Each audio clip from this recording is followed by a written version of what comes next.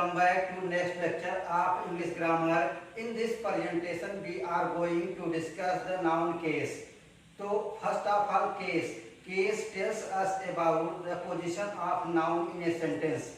यहाँ पर देखिए केस क्या करता है, मीन्स केस मीन्स होता है कारक जो नाउन की पोजीशन को बताए, मीन्स सेंटेंस में नाउन की पोजीशन कहाँ कहाँ पर है, उसकी स्थिति कैसी है जो बताए उसे हम कारक कहते हैं। तो फर्स्ट ऑफ ऑल ये देखिए कारक क्या है, यह नाउन की पोजीशन को बताता है। तो देखिए यहाँ पर कारक इंग्लिश में आपको 6 कारक पढ़ने हैं, मीन्स यहाँ पर कितने केस हैं, 6 केस हैं। फर्स्ट क्या है, नॉमिनेटिव केस। नॉमिनेटिव केस को सब्जेक्टिव केस भी कहते हैं। दूसरा है एक्यूजेटिव केस जिसे ऑब्जेक्टिव केस भी कहते हैं। थर्ड है पजेसिव केस जिसे जेनिटिव केस भी कहते हैं। तो यहाँ पर जो फोर्थ है वो एक्टिव केस है, और जो फिफ्थ होगा आपका डेटिव केस, और जो सिक्स होगा इंस्ट्रूमेंटेशन केस होगा यहाँ पर। तो फर्स्ट ऑफ ऑल आइए हम यहाँ पर डिस्कस करते हैं कि नॉमिनेटिव केस क्या होता है, मीन्स सब्जेक्टिव केस क्या होता है। इसे हिंदी में क्या कहते हैं, कर्ता कारक। यहाँ पर देखिए इसकी डेफिनेशन क्या है, व्हेन ए नाउन और pronoun is used as the subject of verb it is said to be in the nominative case. ये देखिए जब नाउन अथवा प्रोनाउन का प्रयोग वर्ब के सब्जेक्ट के रूप में, वर्ब मीन्स क्रिया के सब्जेक्ट के रूप में किया जाता है तो उसे हम क्या कहते हैं, नॉमिनेटिव केस मीन्स कर्ता कारक कहते हैं। तो यहाँ पर आइए एक एग्जांपल से समझते हैं।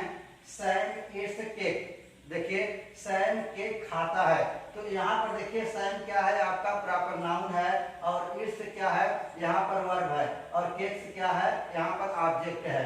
तो देखिए नेक्स्ट एग्जांपल है सैली ड्राइव्स अ कार। सैली एक कार चलाती है। तो यहाँ पर देखिए सैली क्या है, प्रॉपर नाउन है। तो यहाँ पर देखिए अगर हमें नॉमिनेटिव केस को आप फाइंड आउट करना है तो यहाँ पर हम प्रश्न करेंगे हु अथवा व्हाट लगाकर। तो यहाँ पर देखिए सैम ईट्स केक। तो यहाँ पर हम प्रश्न पूछें तो यहाँ पर केक किसने खाया। ये देखिए केक किसने खाया, हु ईट्स केक, केक किसने खाया, सैम ने खाया। यह देखिए क्या है, यह आपका नॉमिनेटिव केस है। यहाँ पर सैम क्या होगा, नॉमिनेटिव केस। यहाँ देखिए सैली ड्राइव्स अ कार। यहाँ पर कार किसने चलाई, तो प्रश्न करेंगे हम यहाँ पर हु अथवा व्हाट लगाकर। तो यहाँ पर कार किसने चलाई, तो सैली ने कार चलाई। तो हु ड्राइव्स अ कार। तो यहाँ पर आंसर क्या मिल रहा है, यहाँ पर मिल रहा है कि सैली ने कार चलाई। तो यहाँ पर सैली क्या है, नॉमिनेटिव केस में है, जिसे सब्जेक्टिव केस भी कहते हैं। तो देखिए यहाँ से nominative case is also used for a subject complement. देखिए यहाँ पर नॉमिनेटिव केस का प्रयोग सब्जेक्ट कॉम्प्लीमेंट के रूप में भी करते हैं। तो सब्जेक्ट कॉम्प्लीमेंट का मतलब होता है यहाँ पूरक के रूप में, मीन्स आपका वहां पर जो सब्जेक्ट है वही ऑब्जेक्ट के रूप में काम करेगा। तो आइए यहाँ एग्जांपल है mister Samuel is a professor. तो देखिए मिस्टर सैमुअल एक प्रोफेसर हैं। तो यहाँ पर जो सैमुअल हैं वही तो प्रोफेसर हैं।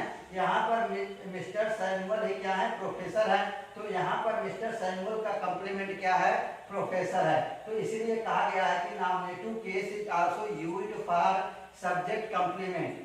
तो ही इज अ बिजनेसमैन। यहाँ पर देखिए ही क्या है, प्रोनाउन है। आप जानते हैं कि 7 प्रोनाउन जिसे हम सब्जेक्टिव के रूप में प्रयोग करते हैं, I, we, you, she, he, it, they, इन सबको हम क्या करते हैं, सब्जेक्ट के रूप में प्रयोग करते हैं, जिसे हम प्रोनाउन कहते हैं। तो देखिए ही क्या है, ही इज अ बिजनेसमैन। तो यहाँ पर वह एक बिजनेसमैन है। तो यहाँ पर वह का कॉम्प्लीमेंट क्या है, बिजनेसमैन। तो इसे हम नॉमिनेटिव केस को कॉम्प्लीमेंट के रूप में भी सब्जेक्ट के कॉम्प्लीमेंट के रूप में प्रयोग कर सकते हैं।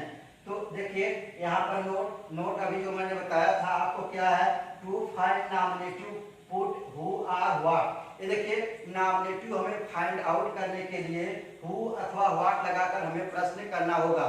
तो यहाँ से देखिए बिफोर द वर्ब, देखिए वर्ब के पहले हु अथवा व्हाट लगाकर हम प्रश्न करते हैं, जो हमें आंसर मिलता है वही हमारा नॉमिनेटिव केस होता है। देखिए यहाँ पर हम एक्यूजेटिव केस शुरू करने से पहले आपको डायरेक्ट ऑब्जेक्ट और इनडायरेक्ट ऑब्जेक्ट के विषय में बताना चाहेंगे। तो फर्स्ट ऑफ ऑल ये देखिए यहाँ पर जॉन बॉट अ रिंग, यहाँ पर देखिए जॉन क्या है, जॉन आपका एक सब्जेक्ट है, तो सब्जेक्ट यहाँ पर क्या है, यह नॉमिनेटिव केस में है। बॉट अ रिंग, यहाँ देखिए रिंग क्या है, रिंग आपका ऑब्जेक्ट है और बॉट क्या है, बॉट आपका वर्ब है। तो यहाँ पर देखिए अब इसी सेंटेंस को हम थोड़ा सा इसमें इनडायरेक्ट ऑब्जेक्ट और डायरेक्ट ऑब्जेक्ट दोनों को दिखाएं। तो John bought Mary a ring, यहाँ पर देखिए जॉन ने मैरी के लिए एक अंगूठी खरीदी। तो यहाँ पर देखिए जॉन क्या है, आपका एक सब्जेक्ट है, मैरी क्या है, एक ऑब्जेक्ट है, यहाँ रिंग भी क्या है, ऑब्जेक्ट है। यहाँ रिंग भी नाउन है, मैरी भी नाउन है और जॉन भी नाउन है। तो यहाँ से देखिए मैरी क्या होगा, इनडायरेक्ट ऑब्जेक्ट, और यहाँ पर रिंग क्या होगा, डायरेक्ट ऑब्जेक्ट। तो देखिए जो आपका वर्ब के बाद आए उसे हम इनडायरेक्ट कहते हैं, और यहाँ पर देखिए जो इनडायरेक्ट के बाद आए, इनडायरेक्ट के ऑब्जेक्ट के बाद आए उसे हम डायरेक्ट ऑब्जेक्ट कहते हैं। मीन्स हमारा जो डायरेक्ट ऑब्जेक्ट होगा वह क्या होगा, वह मीन्स नॉन लिविंग थिंग्स होगा, मीन्स निर्जीव वस्तु होगा, और जो इनडायरेक्ट ऑब्जेक्ट होगा वह आपका लिविंग थिंग्स होगा, मीन्स यह आपका सजीव होगा। तो आइए यहाँ से हम जान लेते हैं कि इसमें डेटिव केस क्या होगा और इंस्ट्रूमेंटेशन केस क्या होगा। ये देखिए डेटिव केस मीन्स होता है संप्रदान कारक। तो इसमें जो मैरी है, मैरी देखिए इनडायरेक्ट ऑब्जेक्ट रूप में प्रयोग हुआ है, इसको हम क्या कहेंगे, dative case. Dative case means संप्रदान कारक। और यहाँ से देखिए रिंग क्या है, डायरेक्ट ऑब्जेक्ट है, इसे हम क्या कहेंगे, इंस्ट्रूमेंटेशन केस मीन्स कारण कारक। तो यहाँ से आपको क्लियर हो गया होगा कि इनडायरेक्ट ऑब्जेक्ट क्या होता है, डायरेक्ट ऑब्जेक्ट क्या होता है। आप यहाँ से दो केस भी पढ़ लिए हैं, कौन कौन सा, डेटिव केस और इंस्ट्रूमेंटेशन केस। तो अभी आप अब देखिए आपको पढ़ाते हैं यहाँ से एक्यूजेटिव केस क्या होता है। एक्यूजेटिव केस को ही क्या कहते हैं, ऑब्जेक्टिव केस कहते हैं। ये देखिए व्हेन ए नाउन और pronoun is used as object of a verb it is said to be in the accusative case. ये देखिए जब नाउन और प्रोनाउन का प्रयोग वर्ब के ऑब्जेक्ट के रूप में करते हैं, वर्ब का ऑब्जेक्ट के रूप में करते हैं, तो उसे हम क्या कहते हैं, उसे हम एक्यूजेटिव केस कहते हैं, मीन्स उसे ऑब्जेक्टिव केस कहते हैं। तो देखिए यहाँ से एक एग्जांपल लेते हैं। क्या एग्जांपल है, रोहन थ्रू अ बॉल। ये देखिए रोहन एक बाल फेंका, यहाँ देखिए रोहन एक बाल फेंका। तो यहाँ पर अगर हम प्रश्न पूछें कि हुम अथवा व्हाट लगाकर, हुम अथवा व्हाट लगाकर हम अगर प्रश्न पूछे यहाँ पर, तो यहाँ पर जो हमें आंसर मिलेगा वो हमारा क्या होगा, एक्यूजेटिव केस में। तो यहाँ पर अगर कहा जाए रोहन ने क्या फेंका, देखिए रोहन ने क्या फेंका, रोहन ने एक बाल फेंका। तो यहाँ आंसर क्या मिल रहा है, बाल मिल रहा है। तो बाल यहाँ पर क्या है, एक्यूजेटिव केस। तो यहाँ पर देखिए यहाँ पर कैसे प्रश्न पूछेंगे हम, पर what did Rohan throw, what did Rohan throw, Rohan ने क्या फेंका, रोहन ने एक बाल फेंका। तो यहाँ पर जो आंसर मिला हमें क्या मिला हुआ, ऑब्जेक्टिव केस में होगा। देखिए next example, Juhi bought a car, Juhi ने क्या खरीदा, जूही ने एक कार खरीदा। तो यहाँ पर प्रश्न लगाकर हम पूछेंगे जूही ने क्या खरीदा, जूही ने एक कार खरीदा। तो यहाँ पर क्या होगा, व्हाट डिड जूही बाई, तो जूही ने क्या खरीदा, एक कार खरीदा। तो यहाँ पर आंसर क्या मिला, एक कार। तो इसमें क्या होगा, ऑब्जेक्टिव केस, यानी यहाँ से एक्यूजेटिव केस होगा। मैं आपको नोट में वही मैं नोट करा दिया हूँ, to find accusative put whom or what before the verb and its subject। ये देखिए यहाँ पर अगर हमें एक्यूजेटिव केस को प्राप्त करना है तो हम whom अथवा what लगाकर, यहाँ से देखिए वर्ब और सब्जेक्ट के पहले whom अथवा what लगाकर जब हम प्रश्न करते हैं तो जो हमें आंसर मिलता है वह क्या होता है, हमारा एक्यूजेटिव केस। तो यहाँ पर देखिए बाल क्या है, आपका एक्यूजेटिव केस, और यहाँ पर कार क्या है, आपका एक्यूजेटिव केस, जिसे ऑब्जेक्टिव केस भी कहते हैं, जिसे कर्म कारक भी कहते हैं। तो यहाँ से देखिए आइए यहाँ पर कह रहा है कि noun in English have the same form for nominative and accusative. ये देखिए नाउन का प्रयोग चाहे आप एक्यूजेटिव में कर रहे हो या नॉमिनेटिव में कर रहे हैं, दोनों में सेम फॉर्म में होगा। मीन्स जो फॉर्म नाउन का नॉमिनेटिव में होगा वही फॉर्म आपका ऑब्जेक्टिव होगा, मीन्स एक्यूजेटिव में होगा। तो Ram broke the chair, Ram ने कुर्सी तोड़ दी, राम ने कुर्सी तोड़ दी। तो यहाँ पर देखिए, यहाँ पर ऑब्जेक्ट के रूप में क्या है, चेयर है। देखिए ऑब्जेक्ट के रूप में क्या है, चेयर है। अब इसी को हम सब्जेक्ट बनाएंगे, द चेयर वाज ब्रोकन। ये देखिए कुर्सी टूट गई थी, कुर्सी टूट गई। तो यहाँ पर देखिए चेयर क्या है, यहाँ पर सब्जेक्ट के रूप में प्रयोग हुआ है। मीन्स यहाँ पर अगर ऑब्जेक्ट के रूप में प्रयोग करेंगे या सब्जेक्ट के रूप में प्रयोग करेंगे, दोनों केस में नाउन सेम होता है। ये देखिए a noun which comes after a preposition. देखिए ए nouns which comes after preposition is also said to be in accusative case। ये देखिए प्रीपोजिशन के बाद यदि कोई नाउन आता है, प्रीपोजिशन के बाद कोई नाउन आता है तो वह क्या होगा, आपका नाउन एक्यूजेटिव केस में होगा। तो यहाँ पर देखिए इस सेंटेंस में the mask is under the table. ये देखिए मास्क टेबल के नीचे है। तो यहाँ से देखिए टेबल क्या है, आपका एक नाउन है। तो यहाँ से अंडर क्या है, एक प्रीपोजिशन है। यह देखिए यहाँ पर नाउन से पहले प्रीपोजिशन आया है। जो नाउन को द्वारा नाउन को कंट्रोल कौन कर रहा है, प्रीपोजिशन मींस अंडर। तो यहाँ पर अगर अंडर के बाद कोई नाउन आया है तो वह नाउन क्या होगा, आपका ऑब्जेक्टिव केस होगा, मींस एक्यूजेटिव केस होगा, जिसे हम कर्ता कारक कहेंगे, सॉरी कर्म कारक कहेंगे। टेबल क्या होगा, आपका एक कर्म कारक होगा। आइए हम पॉजेसिव केस के विषय में पढ़ते हैं, जिसे पॉजेसिव केस को क्या कहते हैं, जेनेटिव केस। ये देखिए यहाँ पर जेनेटिव लिखा गया है, आप जब इसका प्रोनाउंसिएशन करेंगे तो क्या होगा, जेनेटिव केस। तो जेनेटिव केस क्या होता है, इसे क्या कहते हैं, संबंध कारक। ये देखिए संबंध कारक। तो इसे कैसे डिफाइन करेंगे, the possessive case is used to express that something belongs to somebody. देखिए समथिंग बिलोंग्स टू, कुछ चीजें अगर किसी से बिलोंग करे, मतलब किसी पर अधिकार दिखाएं कि वो मेरा है, वो अपना है, तो यहाँ पर क्या होगा, पॉजेसिव केस, संबंध कारक, जो एक दूसरे से संबंध दिखाएगा। Or to show relationship between two or more people. यहाँ पर देखिए दो या दो से अधिक लोगों के बीच में यह रिलेशन दिखाता है। तो कौन दिखाता है, पॉजेसिव केस, जिसे संबंध कारक कहते हैं। तो देखिए यहाँ पर एग्जाम्पल से हम समझते हैं, अगर यहाँ पर अगर देखिए दो केस बनती है, एक हमारा नॉन लिविंग थिंग्स होगा, एक लिविंग थिंग्स होगा। तो यहाँ पर देखिए लिविंग थिंग्स में क्या है, विथ पर्सन एंड एनिमल्स। यहाँ पर देखिए यदि हम पर्सन और एनिमल के साथ प्रयोग करते हैं तो हमें पॉजेसिव केस कैसे बनाएंगे। ये देखिए अगर सिंगुलर नाउन होगा, ये देखिए सिंगुलर नंबर का नाउन होगा और प्लूरल नंबर का नाउन होगा। तो यहाँ पर जब सिंगुलर नंबर का हमें पॉजेसिव केस बनाना है तो यहाँ पर फर्स्ट ऑफ ऑल क्या करेंगे, अपॉस्ट्रोफी के बाद यहाँ पर क्या लगाएंगे, एस लगाएंगे। नाउन में जो आएगा, नाउन होगा, नाउन के बाद अपॉस्ट्रोफी आएगा तब एस आएगा, तो उसे हम क्या कहेंगे, सिंगुलर पॉजेसिव केस। तो यहाँ से देखिए this is a science by. यहाँ पर देखिए साइंस क्या है, एक नाउन है। नाउन तो यहाँ पर सैम क्या है, सैम एक ही व्यक्ति का नाम है या प्रॉपर नाउन है, तो एक ही व्यक्ति है। तो एक ही व्यक्ति होने के कारण यहाँ पर सिंगुलर लगेगा। देखिए साइंस, उसके बाद अपॉस्ट्रोफी, फिर एस, तो साइंस बाय मींस यह सेंटेंस सही है। तो उसी तरह हम दूसरा एग्जांपल से समझते हैं, सिंगुलर नंबर के लिए जॉन्स कार इज ब्लैक। ये देखिए यहाँ पर जॉन्स कार, ये जॉन की कार है, जॉन की कार है, कैसी है, ब्लैक है। तो यहाँ पर जॉन क्या है, आपका एक नाउन है और यह सिंगुलर नंबर में होने के कारण अपॉस्ट्रोफी देखिए ऊपर लगा हुआ है, जो कामा की तरह ऊपर लगा हुआ है, अपॉस्ट्रोफी से पढ़ते हैं अपॉस्ट्रोफी एस। तो यहाँ पर जॉन्स कार इज ब्लैक। तो यहाँ पर जब सिंगुलर नंबर होगा तो अपॉस्ट्रोफी एस लगाएंगे, यदि प्लूरल नंबर होगा तो वहां क्या लगाएंगे, एस के बाद अपॉस्ट्रोफी लगाएंगे। देखिए प्लूरल के लिए क्या होगा, अब एस के बाद अपॉस्ट्रोफी लगाएंगे।